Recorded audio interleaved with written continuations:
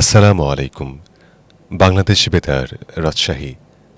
আজ সোমবার ২১শে কার্তিক ১৪৩০ বঙ্গাব্দ, ২১শে রবিউল সানি ১৪৪৫ হিজরি, ৬ই নভেম্বর।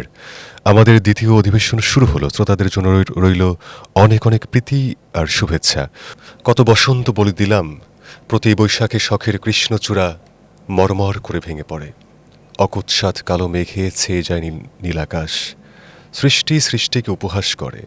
আজ বিদায় আমার বড় বেশি প্রয়োজন। আচ্ছা ভাই, আমরা আরেকটু জানতে চাই আপনার কাছে, যারা আপনার মতো ধরেন যে ভয়েস আর্টিস্ট হিসেবে কেরিয়ার গড়তে চায়, তাদেরকে আসলে আপনি কি উপদেশ দিবেন বা কি গাইডলাইনটা দিবেন?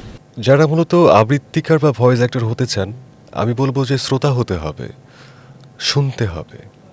একটা মানুষ কিভাবে কাজ করছে সেটাকে ফলো করতে হবে, ওইটার মতো করেই করতে হবে। বিষয়টা এরকম না, ওর চাইতে বেটার কিছু বের করতে হবে। এখন কেউ যদি মনে করে যে মুসা আকন্দের কণ্ঠ গম্ভীর, আমার কণ্ঠটা গম্ভীর হবে, তাহলে ভুল করবে। কৃত্রিম মানুষকে ভালো কিছু দেয় না। মানুষ ভুল জিনিসটাই পছন্দ করে। তো এটাকে বলবো যে যারা আসতে চান অবশ্যই চর্চা করবেন, যারা সিনিয়র আছেন তাদের শরণাপন্ন হবেন, তাহলেই সম্ভব। এবং ভয়েস অ্যাক্টরই হবেন জীবনে, এই ধরনের ধারণা না করে এটাকে ভালো লাগা ভালোবাসার জায়গাটাতেই থাকুক।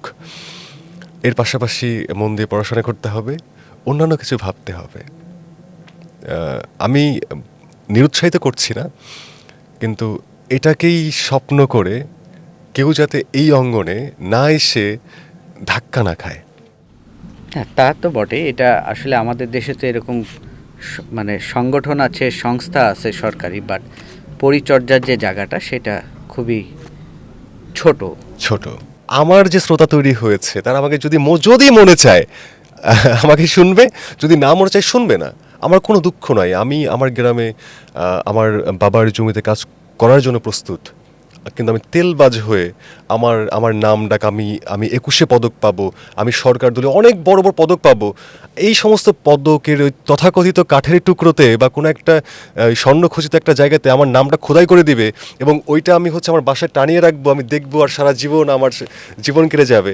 এইটা আসলে হয় না।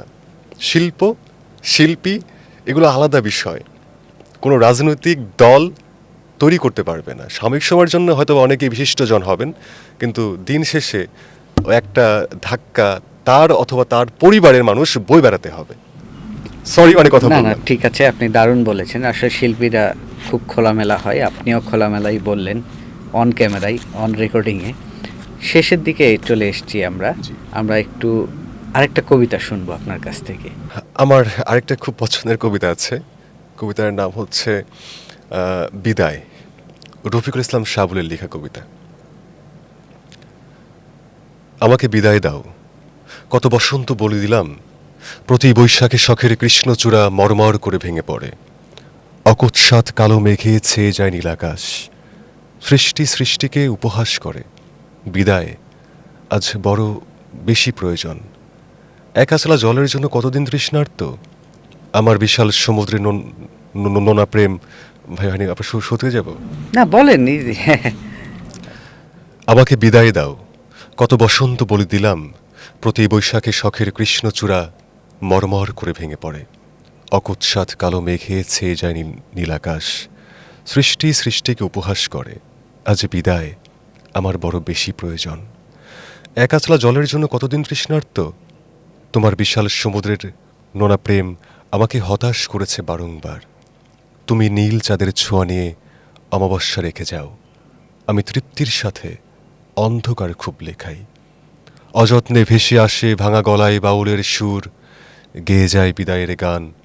কতদিন স্নিগ্ধ সকাল খুঁজেছি, রাত জাগা পাগলের সকাল হয় না। যখনই গধূলির আবিরে চোখ রাখি, নিমিষেই সন্ধ্যা নামে। অবহেলা অনাদরে এ এক সস্তা জীবন, তুমি বিদায় দাও, তোমার মস্ত প্রেমের সস্তা গ্রাহক আমি, নিলামে হেরে যাই বারবার। কষ্টের ঘটি হাতে সন্ন্যাসীর বেশে হারিয়ে যাব অজানার পথে। তোমার বিবেকের দুয়ারে খিল লাগিয়ে সযত্নে রোপণ করো সুশোভিত ফুল। স্মৃতি মলিন হবে দুরজানায়, আমি শুধু বিদায় শব্দটা বুকে চেপে মিশে যাব প্রকৃতির খড়কুটায়। তবু তুমি বিদায় বলো, আমি বিদায়ের অপেক্ষায়। অনেকদিন পরে আসলে আজকে মুখস্থ কবিতা আবৃত্তি করলাম। আরেকটা ঘোষণা শুনতে চাই, আচ্ছা, কোনটা? যে কোনো আপনি যেটা ভালো মনে করেন। আচ্ছা, বেতার আমার খুব ভালো লাগার জায়গা, ভালোবাসার জায়গা, চেষ্টা করছি। বিসমিল্লাহির রহমানির রহিম। আসসালামু আলাইকুম। বাংলাদেশ বেতার, রাজশাহী। আজ সোমবার 21শে কার্তিক 1430 বঙ্গাব্দ, 21শে রবিউল সানি 1445 হিজরি, 6ই নভেম্বর। আমাদের দ্বিতীয় অধিবেশন শুরু হলো। শ্রোতাদের জন্য রইল অনেক অনেক প্রীতি আর শুভেচ্ছা। অনুষ্ঠান প্রচার হচ্ছে মিডিয়াম ওয়েভ 354.60 মিটারে, 846 কিলো হার্জে, FM 104 মেগা হার্জে এবং বাংলাদেশ বেতারের অ্যাপের মাধ্যমে। অনুষ্ঠান উপস্থাপনায় আমি মুসা আকন্দ, সার্বিক দায়িত্বে রেজাউল হক, অধিবেশন তত্ত্বাবধানে আব্দুর রহমান। অধিবেশনের শুরুতেই বাংলা সংবাদ ও আবহাওয়া বার্তা ঢাকা কেন্দ্র থেকে রিলে করে শোনানো হচ্ছে। দারুণ, অনেক ধন্যবাদ মুসা আকন্দ ভাই, আপনি আমাদের স্টুডিওতে আসছেন। আপনার কণ্ঠ এবং আপনার যে জীবনের গল্প আমরা শুনলাম, এতে আমাদের যে দর্শকরা আছেন তারা অনুপ্রাণিত হবেন এবং যারা ভয়েস নিয়ে কাজ করতে চান তাদের জন্য এই পডকাস্টটি অনেক কাজে লাগবে আশা করছি। দর্শক, আপনারা শুনছিলেন ৭১ পডকাস্ট। আগামী পর্বে আমরা নতুন কোনো অতিথি নিয়ে হাজির হব। সঙ্গে থাকার জন্য ধন্যবাদ।